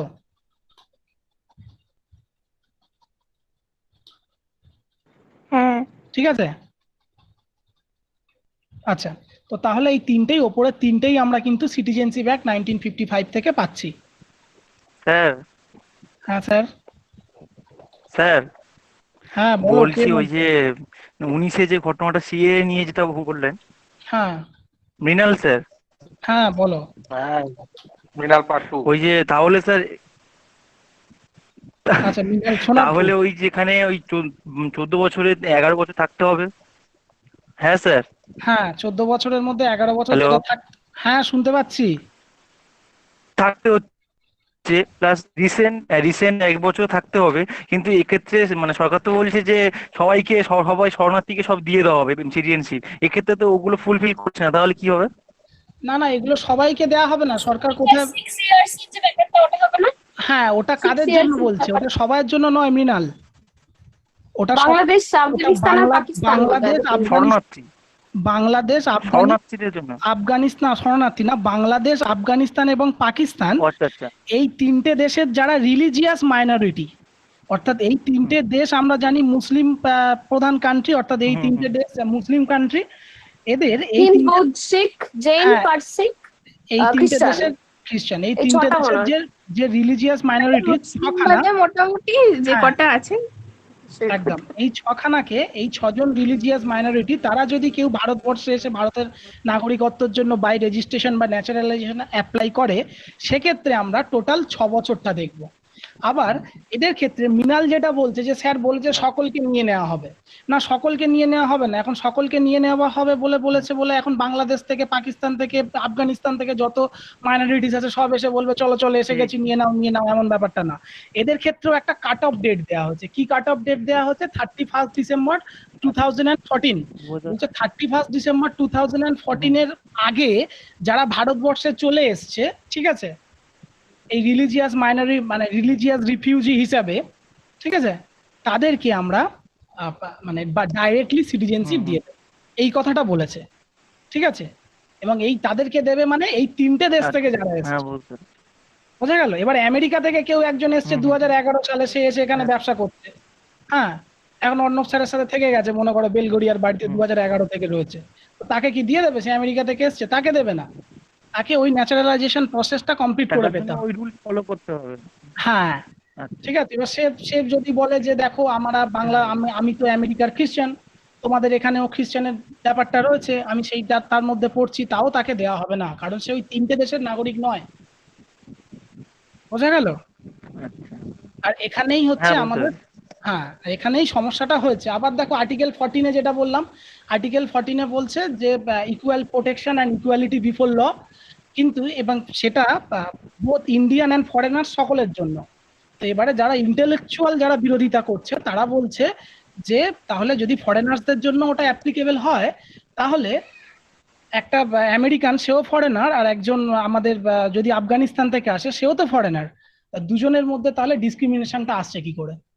এই জায়গাটায় ওই সিটিজেনশিপ অ্যামেন্ডমেন্ট অ্যাক্টের যে বিরোধীর যে মেন ব্যাপার, সেটা হচ্ছে এটা, বোঝা গেল? আচ্ছা, নেক্সট চলে আসি। নেক্সট যে কোশ্চেনটা আছে দেখো, ওটা একটু চেঞ্জ করতে হবে তোমাদেরকে, কারণ who is a citizen of India as per part 2 of Indian constitution লিখতে হবে। ঠিক আছে, কি লিখতে হবে? Who is a citizen of India as per part 2 of Indian constitution. ঠিক আছে, যে পার্ট 2 অফ ইন্ডিয়ান কনস্টিটিউশন হিসাবে যে ইন্ডিয়ান সিটিজেন কারা? অপশন এ বলছে those who are born in India, হ্যাঁ যারা ভারতবর্ষে জন্মেছে। Those who have permanent home in India, যাদের ভারতবর্ষে পার্মানেন্ট হোম আছে। আর those who have migrated to India from Pakistan. দেখো এই অপশনটার জন্যই কিন্তু তোমাদেরকে পার্ট 2 অফ ইন্ডিয়াটা লিখতে বললাম, কারণ পাকিস্তান থেকে এখন যদি কেউ মাইগ্রেট হয়ে চলে আসে, তাহলে সে কি আর ভারতবর্ষের সিটিজেন বলে নিজেকে প্রমাণ দাবি করতে পারবে? পারবে না। এটা পার্ট 2 ওয়াইজ তখন করতে পারতো, যে পার্টিশনের পরে 47 সালের পরে পার্ট 2 ওয়াইজ তখন করতে পারতো। এখন কিন্তু পার্ট 2 কিছু কিছু রুলস সেগুলো ইনঅ্যাক্টিভ, এবং আমাদের সিটিজেনশিপ অ্যাক্ট 1955 ওয়াইজ সেগুলোকে মানা হয়। তো সুতরাং এই কোশ্চেনটার পরে হবে who is a citizen of India as per part 2 of Indian constitution. ঠিক আছে, সেক্ষেত্রে answer all of the above, part 2 wise এই তিনটে ক্রাইটেরিয়াতেই যে কোনো একজন ভারতীয় হতে পারে। আচ্ছা, নেক্সট চলে আসি কোশ্চেন নাম্বার 88।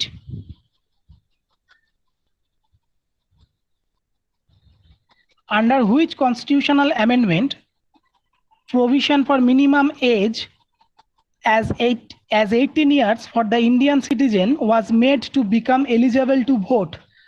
বলছে কোন কনস্টিটিউশনাল অ্যামেন্ডমেন্টে ভোটের যে মিনিমাম ভোটাধিকার বয়স সেটাকে 18 বছরে নামিয়ে আনা হয়েছিল। ঠিক আছে, সেটা হচ্ছে 61st অ্যামেন্ডমেন্ট অ্যাক্ট 1989, 1989 এর যে 61তম অ্যামেন্ডমেন্ট অ্যাক্ট, এই অ্যাক্টের মাধ্যমে আমাদের এটা 18 বছর ভোটাধিকারটাকে 18 বছর করা হয়েছিল 21 বছর থেকে কমিয়ে। তাহলে আগে 1989 এর আগে কত ছিল? 21 বছর ছিল, 1989 এর পর থেকে আছে 18 বছর।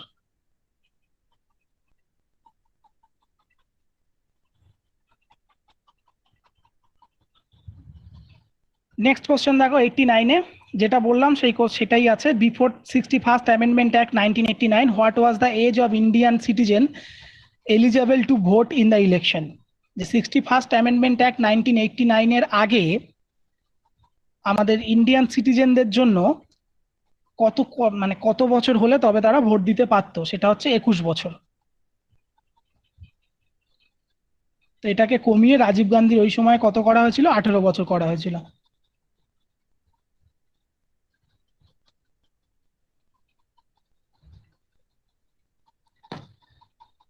Next, question number 90. Under Article 326, what was the constitutional requirement for the Indian citizen not to become eligible as a voter? তো বলছে as per Article 326, একজন ইন্ডিয়ান সিটিজেন সে ভোট দিতে পারবে না কি কি ক্ষেত্রে, মানে কি কি ঘটলে? যদি সে নন রেসিডেন্ট হয়, মানে সে যদি ভারতবর্ষের না থাকে আর কি, বা ভারতবর্ষের রেসিডেন্ট বা তার সিটিজেনশিপ নেই। যদি আনসাউন্ড মাইন্ডেড হয়, আনসাউন্ডনেস মাইন্ড মানে আনসাউন্ড মাইন্ডেড মানে যদি মাথা ঠিক না থাকে আর কি, সেক্ষেত্রে সে ভোট দিতে পারবে না। যার মাথা কাজ করে না, অর্থাৎ পাগল যারা, তারা ভোট দিতে, তাদের ভোটাধিকার থাকে না। Crime or corrupt or illegal practice, যদি কেউ ক্রাইম করে থাকে, কেউ যদি করাপশনের সাথে যুক্ত হয়ে থাকে, বা কেউ যদি কোনো ইললিগাল প্র্যাকটিস করে থাকে, সেক্ষেত্রে কিন্তু সে ভোট দিতে পারবে না। যেমন লালু প্রসাদ যাদব কিন্তু ভোট দিতে পারে না, ঠিক আছে, ভোটে দাঁড়াতেও পারে না, ভোট দিতেও পারে না। এছাড়াও যেসব ক্রিমিনালরা থাকে তাদের ভোটাধিকার থাকে না। যারা সেন্ট্রাল জেলে আছে তাদের মধ্যে ক্রিমিনালদের কিন্তু ভোটাধিকার থাকে না। তো অল অফ দ্য অ্যাবভ এই তিনটে ক্রাইটেরিয়ার মধ্যে যদি কেউ পড়ে যায়, তাহলে তারা কিন্তু ভারতবর্ষের সিটিজেন হলেও তারা তাদের ভোটাধিকার প্রয়োগ করতে পারবে না। স্যার যারা ভোটে দাঁড়ায় তারা, আর যারা ভোটে দাঁড়ায় তারা সকলেই ক্রিমিনাল, তুমি ঠিকই বলেছো, কিন্তু ব্যাপারটা হচ্ছে তারা তো সার্টিফাইড না। লালু প্রসাদ যাদব যেমন সার্টিফাইড হয়ে গেছে, যে ওকে কোর্ট বলে দিয়েছে যে ও দোষ করেছে। প্রত্যেকের নামে তো স্যার ভোটের আগে হ্যাঁ দেখায়, প্রায় সময় দেখায় যে এর নামে এতগুলো কেস দায়ের আছে, ওর নামে অতগুলো। হ্যাঁ, এবারে কেস আছে। কেস করে থাকা আর কাউকে দোষী সাব্যস্ত করা দুটো তো অনেক তফাৎ না? হ্যাঁ দেবিলাল বলছো? হ্যাঁ দেবিলাল বলছি স্যার। আচ্ছা, তো কেস করে মানে দোষী সাব্যস্ত হওয়ার কারোর নামে কেস করা দুটো তো অনেক বড় ব্যাপার। মানে আগে তো তাকে দোষী সাব্যস্ত করতে হবে, বোঝা গেল? এখন আমি প্রাইম মিনিস্টার হব, সবাই চাইছে আমি তুহিন রায় প্রাইম মিনিস্টার হয়ে যাব, এরকম একটা সময় দেবিলাল কি করলো, আমার এগেনস্টে কেস করে দিল যাতে আমি প্রাইম মিনিস্টারটা হতে পারি। ক্লিয়ার? তো কি হলো, তাহলে কি আমি প্রাইম মিনিস্টার হতে পারবো না, ভোটে দাঁড়াতে পারবো না? দেবিলালকে কেস করলেই হবে না, আগে তো প্রমাণ করতে হবে যে আমি সত্যি অন্যায়টা করেছি কিনা, বোঝা গেল? যদি প্রমাণিত হয় যে হ্যাঁ ও অপরাধী, ও দোষী, তাহলে সে ভোটে দাঁড়াতে পারবে না, তার ভোটাধিকার থাকবে না।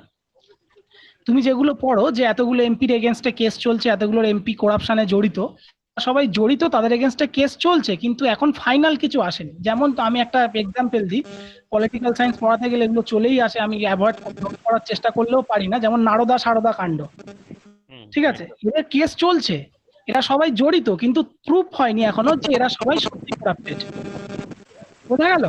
আচ্ছা ঠিক আছে। যেদিন প্রমাণিত হয়ে যাবে, যেদিন এদের এগেনস্টে অর্ডার বেরিয়ে যাবে কোর্ট থেকে, তারপর থেকে এরা ভোটে দাঁড়াতে পারবে না। স্যার একটা কোশ্চেন ছিল স্যার। আচ্ছা আমি স্যার মৃণাল রায় বলছি। আচ্ছা বলো, মিনাল পার্ট 1।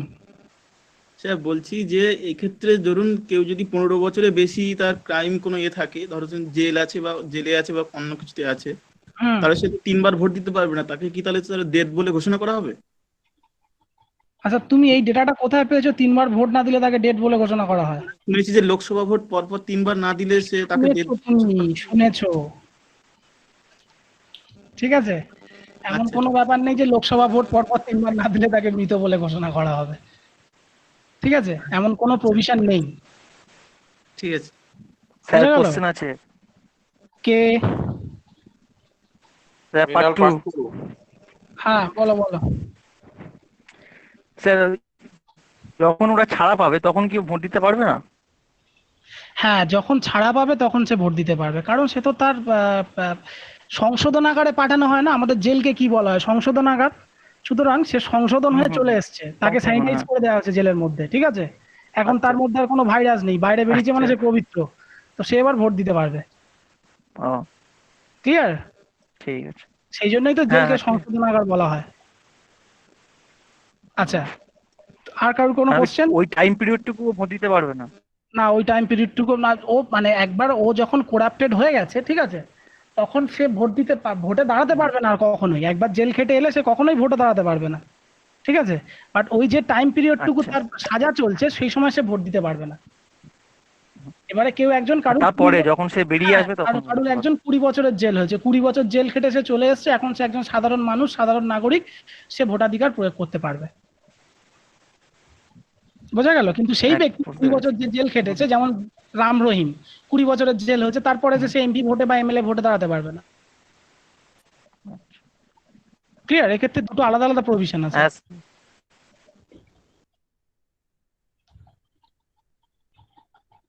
আচ্ছা নেক্সট বলছে, নেক্সট কোশ্চেনে আসি। Under the Indian constitution what does adult suffrage signify? মানে অ্যাডাল্ট বলতে আমরা ইন্ডিয়ান কনস্টিটিউশন অনুযায়ী কাদেরকে বোঝাবো, মানে কাদেরকে বুঝি?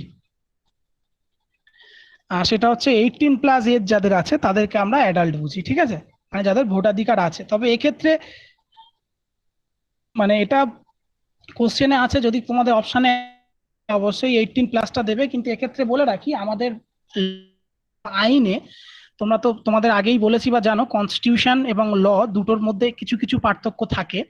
ঠিক আছে, যেমন কনস্টিটিউশনে 21 আর্টিকেল 21-এ কি বলছে? আর্টিকেল 21-এ বলছে যে আমার বেঁচে থাকার অধিকার, জীবনের অধিকার আমার একটা মৌলিক অধিকার, এটা আমার থেকে কেউ কখনো কেড়ে নিতে পারবে না। কিন্তু আইনত যদি কারোর ফাঁসি হয় তো তার ফাঁসি হবেই, সে তখন 21টা আর পাবে না। ক্লিয়ার? এবার লতে, আইনে এবারে আমাদের যে জুভিনাইল জুরিসডিকশন, সেই জুভিনাইল জুরিসডিকশনটা একসময় 18+এ ছিল, যে 18 বছর এর নিচে যারা থাকবে তারা যদি কোনো ক্রাইম করে সেক্ষেত্রে সে জুভিনাইল জুরিসডিকশনের মধ্যে পড়বে এবং তাকে ওই অ্যাডাল্টের যে সাজা আছে সেই রকম ভাবে তার সাজা হবে না। এই দিল্লির যে নির্ভয়া কেস ঘটেছিল তোমরা জানো, 2011 বা 11-তে সম্ভবত, এইটার পরে থেকে এই 18 বছর জুভিনাইল জুরিসডিকশনের যে নিয়মটা, মানে যে এজটা, সেটা 18 বছর থেকে কমিয়ে 16 বছর করা হয়। ঠিক আছে, অর্থাৎ এখন 16+ কেউ যদি হয়ে যায় তাহলে কিন্তু সে জুভিনাইল জুরিসডিকশনের মধ্যে পড়বে না, সে নর্মাল জুরিসডিকশনের মধ্যে পড়বে, তাকে সাধারণ ক্রিমিনাল হিসেবেই শাস্তি দেওয়া হবে। আর 18 বছর বয়স হলে সে ভোটাধিকার পাবে। মানে কোনো একটা মানুষ, মানে একটা ছেলে বা মেয়ে, সে কিন্তু জুভিনাইল জুরিসডিকশনের বাইরে চলে আসবে 16 বছর হয়ে গেলেই।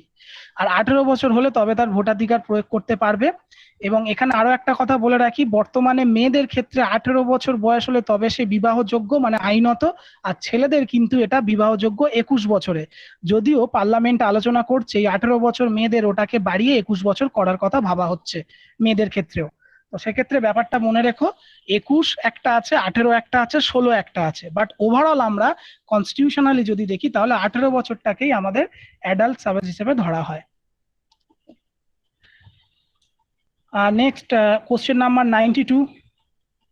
আর 16 বছরের যে ক্রিমিনাল অফেন্সের যে এজটা আছে, ওই এজটা কি যখন এই রুলটা পাস হবে তারপর থেকে অ্যামেন্ড হবে? তো মানে ধরুন যখন নির্ভয়া কেস হয়েছিল তখন তো ওদের 21 এজ কে ধরেই মানে হয়েছে ব্যাপারটা, যে টোটাল নির্ভয়া যে কেসটা কেসটা যখন হয়েছে হয়েছিল তখন 18 ইয়ার্স ধরেই হয়েছে ব্যাপারটা। হোয়াট এভার 18 ইয়ার্স, হ্যাঁ, কিন্তু তার জন্য ওখানে একজন তখন তো ওদেরকে আর ওই 16 ইয়ার্স এর ইয়েটা দেওয়া হয়নি, না পানিশমেন্ট দেওয়া হয়নি। দেওয়া হয়। ওটা আফটার, মানে ওটা যবে থেকে লাগু হচ্ছে তারপর থেকে ওটা অ্যামেন্ড হবে, মানে হ্যাঁ ইমপ্লিমেন্ট হবে। তারপরে থেকে ওটা ইমপ্লিমেন্ট হবে। ঠিক আছে, ওকে বোঝা গেল? ওকে ওকে স্যার। ওকে, আচ্ছা, নেক্সট 92 তে বলছে who makes law with respect to elections for state legislature. State লেজিসলেচারের ইলেকশন সংক্রান্ত আইন কে তৈরি করতে পারে? কে তৈরি করতে পারে? দেখো, জুডিশিয়ারি তো পারেই না, আইন তৈরির ক্ষমতা জুডিশিয়ারির নেই। আইন তৈরি করতে গেলে পার্লামেন্টকে তৈরি করতে পারে। ইলেকশন যেহেতু তোমাদের মনে হতে পারে যে ইলেকশন কমিশন হয়তো তৈরি করতে পারে, না, election commission, state election commission যে আইনগুলো তৈরি করা আছে অলরেডি সেগুলো নিয়ে ডিল করে। ঠিক আছে, যদি স্টেট লেজিসলেচারের ইলেকশন নিয়ে নতুন কোনো আইন তৈরি করতে হয় তাহলে কিন্তু পার্লামেন্ট করে। এক্ষেত্রে আমাদের যে বর্তমান পার্লামেন্ট বা বর্তমান যে গভর্নমেন্ট মোদি 2, সেটা তারা কিন্তু একটা জিনিস প্রথম থেকেই বলে আসছে, তারা চেষ্টা করছে যে সমস্ত ইলেকশন একত্রে করাতে। অর্থাৎ যখন লোকসভা ইলেকশন হবে তখনই প্রত্যেকটা স্টেটের বিধানসভা ইলেকশন সবগুলো একসাথে করিয়ে দেবে, তাই না? তো এই আলোচনা কোথায় হচ্ছে? পার্লামেন্টে হচ্ছে, কেন্দ্র সরকারে হচ্ছে। তো সুতরাং এই স্টেট লেজিসলেচার সংক্রান্ত যে ইলেকশন, এই ইলেকশনের রেসপেক্টে যদি কোনো ল বানাতে হয় তাহলে কিন্তু পার্লামেন্ট বানাতে পারে, না ইলেকশন কমিশন, না গভর্নমেন্ট। ঠিক আছে, আর গভর্নমেন্ট ল বানাতে পারে না। পার্লামেন্ট ওর ফেভারে ইচ্ছে মতো ল তো পাল্টে ফেলতে পারে নিজের ফেভারে। হ্যাঁ, পার্লামেন্ট ল নিজের ফেভারে পাল্টে ফেলতেই পারে, কারণ স্যার ইন্দিরা গান্ধী করেছিল। হ্যাঁ, হ্যালো, বলছি যেমন ইন্দিরা গান্ধী নিজের ইচ্ছে মতো কিছু ইমপ্লিমেন্ট করেছিলেন না? হ্যাঁ, নিজের ইচ্ছে মতো ইন্দিরা গান্ধী যেমন কিছু ইমপ্লিমেন্ট করেছিল, কিন্তু ব্যাপারটা হচ্ছে চাইলেই তো পারবে না। তোমাদের যখন অ্যামেন্ডমেন্ট প্রসিডিওরটা পড়াবো বা পুরনো যাদেরকে পড়িয়েছি তারা জানে যে অ্যামেন্ডমেন্ট প্রসিডিওরটা অ্যাকচুয়াল অনেকটা টাফ প্রসিডিওর।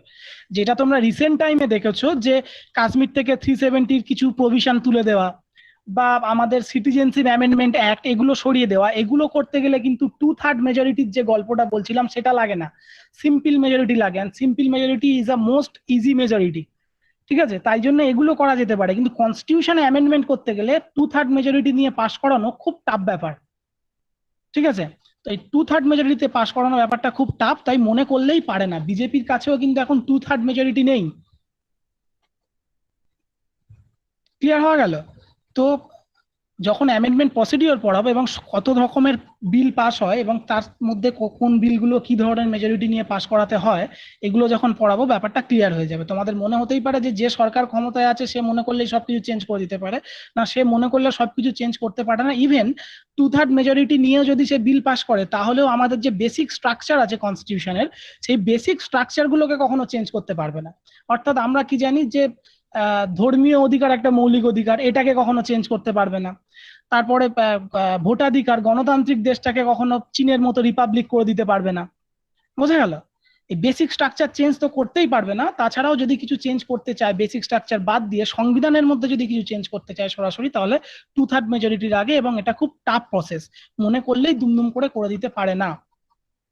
এই রিসেন্ট টাইমে দেখো যে আর্টিকেল 47 এর একটা অ্যামেন্ডমেন্ট করতে চেয়েছিল ডিপিএসপির আন্ডারে, যে আমাদের সোশ্যাল স্ট্রাকচার নিয়ে, অর্থাৎ যেটাকে জন্ম নিয়ন্ত্রণ বিল আনবে সরকার, তো সেটার জন্য ডিপিএসপি তে প্রথম একটা অ্যামেন্ডমেন্টের দরকার পড়েছিল। তো এই বর্তমান সরকারের এই ভরা দিনেও তারা ওখান থেকে অ্যামেন্ডমেন্ট পাস করাতে পারলো না। ঠিক আছে, নট সো ইজি। এবার কিছু কিছু আছে প্রভিশন অল্প অল্প লাগে ভোট, সেক্ষেত্রে করে দিতে পারে, সেগুলো পরে ডিটেলসে তোমরা পড়বে তখন জেনে যাবে। আচ্ছা, আমরা কত নাম্বারে ছিলাম? 92 তে ছিলাম, এবার আসছি 93 তে।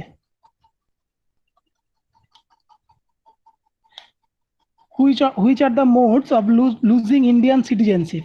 বলছে এর মধ্যে কোনটা দিয়ে আমরা ইন্ডিয়ান সিটিজেনশিপ লুজ করতে পারি? সেটা হচ্ছে রিনাউন্সিয়েশন, টার্মিনেশন, ডিপ্রাইভেশন। তিনটে দিয়েই, অল অফ অ্যাবভ, তিনটে দিয়েই করতে পারি। রিনাউন্সিয়েশন মানে যদি আমি ইচ্ছা করে কাটিয়ে দিই আমার নাম, যে ভাই আমি আর ভারতীয় থাকবো না, তো চলে যেতে পারে। টার্মিনেশন অর্থাৎ টার্মিনেট করে দেবে। আমি যদি আমেরিকাতে গিয়ে আমেরিকার সিটিজেনশিপ নিয়ে নিই তাহলে ভারতবর্ষ আমাকে টার্মিনেট করে দেবে। ডিপ্রাইভেশন মানে আমি কোনো এক জায়গায় চলে গেলাম বিদেশে, তারপরে সেখান থেকে ভারতবর্ষের কখনো ফিরেই এলাম না, 7 বছর এরকম কন্টিনিউ দেখবে, 7 ইয়ার্স, তারপর আমাকে এখান থেকে সরিয়ে দেবে। ঠিক আছে, নেক্সট 94,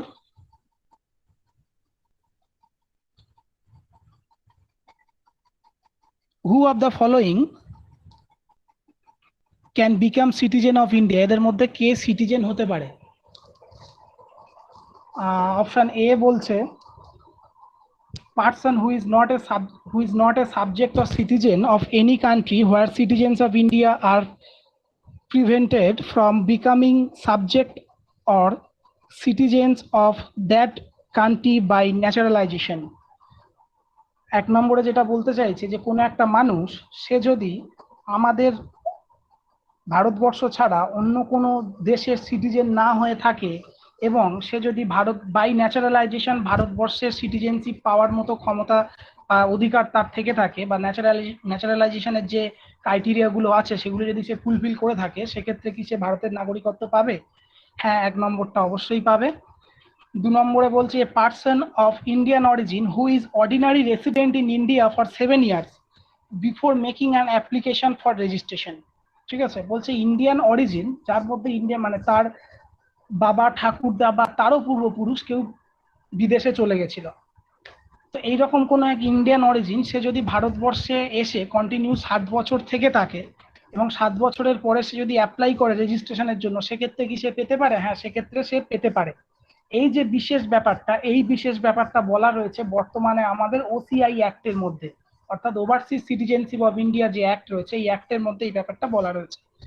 3 নম্বরে কি বলছে? A person who is married to a citizen of India and is ordinarily resident এটা ডিপ্রাইভেশন কি ভায়োলেট করবে না স্যার? কোনটা ডিপ্রাইভেশন কে ভায়োলেট করবে না? এই যে যেটা 2 নাম্বার বললেন 7 years after making the application। Deprivation কি বলছে? ডিপ্রাইভেশন কখন হচ্ছে? যখন আমি দেশ ছেড়ে দেশের অন্য কোনো দেশে গিয়ে 7 বছরের বেশি থাকছি ভারতবর্ষকে কোনো কিছু না জানিয়ে। তুমি 7 বছর কেন 70 বছর থাকতে পারো যদি দেশের সাথে কন্ট্যাক্ট রাখো, ঠিক আছে, তাহলে তোমাকে ডিপ্রাইভ করা হবে না, এনআরআই হিসেবে রেখে দেওয়া হবে। কিন্তু তুমি 7 বছর চলে গেছো, 7 বছরের মধ্যে ভারতবর্ষে ফিরে আসোনি বা এখানে ইন্ডিয়ান এম্বাসির সাথে তোমার কোনো যোগাযোগ নেই, তোমার একেবারে পাসপোর্ট ভিসা সব বাজেয়াপ্ত হয়ে গেছে, তোমাকে আর খুঁজে পাওয়া যাচ্ছে না, ঠিক আছে, সেক্ষেত্রে ভারতবর্ষ থেকে তোমার সিটিজেনশিপের নামটা কেটে দেওয়া হবে। এখানে উল্টো কথাটা বলছে। আর 2 এ কি বলছে? যে তোমার বা আমার কারুর পূর্বপুরুষ বিদেশে গিয়ে থাকতো, মানে ফরেনার মানে ইন্ডিয়ান অরিজিন আমরা, ঠিক আছে, আমরা ভারতবর্ষে এসে 7 বছর অর্ডিনারি ভাবে বসবাস করেছি, তারপরে যদি আমরা অ্যাপ্লাই করি রেজিস্ট্রেশনের জন্য সেক্ষেত্রে কি নাগরিকত্ব পাবো? এটা উল্টো মানে আমার পূর্বপুরুষ তো আমি তারপরে চলে এসেছি এখানে, ঠিক আছে, ভারতবর্ষে এসে 7 বছর আছি, ক্লিয়ার? ঠিক উল্টোটা হচ্ছে এক্ষেত্রে। 3 নম্বরটা কি বলছে দেখো, 3 নম্বরটা বলছে আচ্ছা স্যার, যদি ওর পাসপোর্ট ভিসা ল্যাপসি হয়ে যায় তাহলে যেই দেশে ও গেছে সেখানে কি ও আবার নতুন করে রেজিস্টার করতে পারবে নিজেকে? সেখানে গিয়ে তুমি কিছু টাকা পয়সা দিলে তারা তোমাকে নাগরিকত্ব দিয়ে দেবে। যেমন টিএনবি ব্যাংকের সাথে যে জড়িত বর্তমান ভদ্রলোক যে পালিয়েছেন, ভদ্রলোক না ছোট লোক জানি না, তো মেহুল চোকসি, ও যে কান্ট্রিটাতে গিয়ে রয়েছে সেখানে গিয়ে কিছু টাকা দিয়েছে, ওকে নাগরিকত্ব দিয়ে দিয়েছে। এখন ভারতবর্ষ বলছে ওকে পাঠাও, ও আমার এখানের অপরাধী। এখন সেই কান্ট্রি বলছে না না পাঠাবো কেন, তো আমার নাগরিকত্ব দিয়ে দিয়েছে, আমি আবার ছাড়বো কেন আমার দেশের নাগরিকত্ব, ঠিক আছে। ওই জন্য কিছু কিছু দেশে দেখবে আইন খুব কঠোর কিন্তু তাদের নাগরিকত্ব পাওয়া যায় একটু সামান্য কিছু জিনিসের মাধ্যমে। সেক্ষেত্রে ওই জন্য এই দুবাই বা আরব কান্ট্রিতে দেখবে কিছু কিছু যারা ক্রিমিনাল তারা ক্রাইম করে কিছু কিছু কান্ট্রিতে পালিয়ে যায়, কারণ সেখানে চলে গেলে তাদের সিটিজেনশিপ অ্যাক্ট অনেক ইজি, খুব ইজিলি সিটিজেনশিপ পেয়ে যাওয়া যায়, তো সেখানে অন্য জায়গায় গিয়ে সেখানকার সিটিজেনশিপ নিয়ে নেয়। বোঝা গেল? স্যার ছোট লোকের থেকে আর কিছু কম আছে কিছু স্যার? সেটা অর্ণব স্যারের কাছে আছে, একটা লিস্ট পরে পাঠিয়ে দেবে। কি হলো, আমার কাছে কোনো লিস্ট নেই। ও আচ্ছা, তো যাই হোক 3 নম্বরটা কি বলছে? 3 নম্বরে বলছে a person who is married to a citizen of India. একটা পার্সন যে কোনো একজন ইন্ডিয়ান সিটিজেনকে বিয়ে করেছে, ঠিক আছে, মানে তার ইংল্যান্ডে বাড়ি, সে বেলঘড়িয়াতে এসে বিয়ে করেছে তোমাদের কোনো এক স্যারকে, and is ordinary resident in India for 5 years। বলছে তারপরে সে ভারতবর্ষে 5 বছর রয়েছে, মানে তোমাদের কোনো এক স্যারকে বিয়ে করেছে, বেলঘড়িয়াতে 5 বছর আছে, before making an application of registration. বলছে তাহলে 5 বছর থাকলে সে কি ভারতের নাগরিকত্ব পেয়ে যাবে? না, এক্ষেত্রে ব্যাপারটা ভুল বলে দেওয়া আছে। যখনই তোমাদের স্যারকে বিয়ে করছে তখন সে কি হয়ে যাচ্ছে, বিদেশ থেকে এসছে, তার তার হাজবেন্ড যখন ইন্ডিয়ান, তখনই সে সাথে সাথে যদি মানে তার ওই বিয়ের যে রেজিস্ট্রেশন সার্টিফিকেট সেটা নিয়ে যদি সে ইন্ডিয়ান নাগরিকত্ব পাওয়ার জন্য অ্যাপ্লাই করে, সেক্ষেত্রে সে ইন্ডিয়ান নাগরিকত্ব পেয়ে যাবে। তবে এটা মনে রাখতে হবে, সে যে দেশের নাগরিক সেখান থেকে আগে তার নামটা কাটিয়ে আসতে হবে। ক্লিয়ার হয়ে গেল? আচ্ছা, সঙ্গে সঙ্গেই হবে? হ্যাঁ, সঙ্গে সঙ্গেই হবে। ঠিক আছে, সঙ্গে সঙ্গেই হবে, কিন্তু যে দেশের নাগরিক তুমি আগে ছিলে সেই দেশের নাগরিকত্বটাকে আগে তোমাকে ওখান থেকে ক্যান্সেল করে এখানে এসে রেজিস্ট্রেশন সার্টিফিকেট নিয়ে একেবারে তোমাকে এখানে অ্যাপ্লাই করতে হবে, মানে ম্যারেজ রেজিস্ট্রেশন সার্টিফিকেটটা নিয়ে আর কি। ঠিক আছে, যে আমি একজন ইন্ডিয়ানকে বিয়ে করেছি, সো আমি এখন ইন্ডিয়াতে আছি, আমি ইন্ডিয়ান নাগরিকত্ব চাই। বোঝা গেল? আচ্ছা, এটা বাই রেজিস্ট্রেশন অ্যাক্টের মধ্যে পড়ে। গ্র্যান্ড চাইল্ড হলে কি করবে? হ্যাঁ, গ্র্যান্ড চাইল্ড হলে মানে সিনারিওটা বলো একটু ভালো করে। বলছি গ্র্যান্ড চাইল্ড হলে কি করবে? সে যদি অ্যাপ্লাই করতে চাই হবে? গ্র্যান্ড চাইল্ড হলে তো চাইলে যে কোনো একটা ও সিটিজেনশিপ নিতেই পারে, তাই না স্যার? ওই যে সানিয়া মির্জার ব্যাপারটা বলছিলেন যে। হ্যাঁ, সানিয়া মির্জার ব্যাপারটা এবার আমাদের সিটিজেনশিপ অ্যাক্টে কি বলা আছে, বাবা অথবা মায়ের মধ্যে যে কোনো একজন ভারতীয় হলে তার সন্তান ভারতীয় হবে। ঠিক আছে, এবার সানিয়া মির্জার যে সন্তান, সে ভারতের নাগরিকত্বের জন্য অ্যাপ্লাই করেছে, তো সে ভারতের নাগরিকত্ব পেয়ে গেছে। বুঝা গেল? আমি বলছিলাম গ্র্যান্ড চাইল্ডের জন্য, মানে সেই জন্য বলছিলাম। না, গ্র্যান্ড চাইল্ড মানে তুমি একটা সিনারিও বলো, আমি বুঝতে পারছি না তুমি অ্যাকচুয়াল গ্র্যান্ড চাইল্ড বলতে কি বলতে চাইছো। মানে ধরুন তার যে গ্র্যান্ডফাদার আর গ্র্যান্ড প্যারেন্টস যারা, তারা ইন্ডিয়ান ছিল, এবার তার মা বাবা তো কর্মসূত্রে হয়তো বাইরে আছে। দু নম্বরটা আমি বলছি, তাদের জন্য 2 নম্বর পয়েন্টটা দেখো। বলছে সে যদি আবার ভারতবর্ষে এসে 7 বছর এখানে থাকে অর্ডিনারি রেসিডেন্ট হিসেবে, তারপরে যদি ডিরেক্টলি পাবে না। না, ডিরেক্টলি পাবে না, কারণ আচ্ছা, যেহেতু ওটাই তার ওটাই বাবা ওটাই মায়ের যে কোনো একজন শুধু ফার্স্ট জেনারেশন আর সেকেন্ড জেনারেশনের জন্য সুবিধাটা, কিন্তু গ্র্যান্ড চিলড্রেনের জন্য বলা রয়েছে যে বাবা অথবা মায়ের মধ্যে যে কোনো একজন যদি ভারতীয় হয় তবেই সে বাই ডিসেন্ট ইন্ডিয়ান হবে। ঠিক আছে, এবং সেখানে বাই ডিসেন্টের ক্রাইটেরিয়াতে কোথাও গ্র্যান্ডফাদার বা গ্র্যান্ড মাদারের কথা তো বলা নেই। বুঝা গেল? তাই গ্র্যান্ডফাদার বা গ্র্যান্ড মাদার যদি ইন্ডিয়ান হয় তাহলে গ্র্যান্ড চাইল্ড ইন্ডিয়ান হবে এরকম কোনো ব্যাপার না, তার বাবা অথবা মায়ের মধ্যে যে কোনো একজন ভারতীয় হতে হবে। ওকে ওকে ওকে, ঠিক আছে। আর 3 নম্বরটা আমাদের হচ্ছে না, তার কারণ বিয়ে করলে পাওয়া যেতে পারে, 5 বছর থাকতে হবে এমন কোনো ব্যাপার নয়। ওকে, আর একটা কথা বলে রাখি সিটিজেনশিপ নিয়ে, যে সিটিজেনশিপ অ্যাক্ট প্রত্যেক দেশের আলাদা আলাদা করে সিটিজেনশিপ অ্যাক্ট হয়। আমাদের দেশের যে সিটিজেনশিপ অ্যাক্ট এটা সব দেশে চলে, এটা ভাবার কিছু নেই। ঠিক আছে, অনেকেই সিটিজেনশিপ অ্যাক্ট পড়ে ভাবো আচ্ছা সারা পৃথিবীতে হয়তো এটাই নিয়ম, না সারা পৃথিবীর এটা নিয়ম না, বিভিন্ন দেশের বিভিন্ন নিয়ম, তার মধ্যে আমাদের যেটা সেটা আমরা পড়ছি। ক্লিয়ার? তো এইটুকু ছিল কোশ্চেন। নেক্সট যদি অনলাইন ক্লাসে তোমাদের কোনো টপিক দরকার হয়, সেটা তোমরা অর্ণব স্যারের সাথে কথা বলবে যে কোন টপিকে অনলাইন ক্লাস করালে তোমাদের খুব সুবিধা হয়, বা ইউটিউব ভিডিওর মাধ্যমে ক্লাস করালে সুবিধা হয়, সেটা একটু বলে দেবে, আমি চেষ্টা করব। স্যার। হ্যাঁ স্যার, বলো। স্যার মৃণাল বলছি। বলো। ওই যে আর্টিকেল 20-তে আছে না, ওই এক্স পোস্ট ফ্যাক্টো আর্টিকেল 20-তে। হ্যাঁ, ওই যেটা ওই বললো একজন। হ্যাঁ, ওটা একটু ব্যাখ্যা করে দেবেন, ভুলে গেছি। আচ্ছা, এক্স পোস্ট ফ্যাক্টো মানে যেটা বললো, ওটা 3টে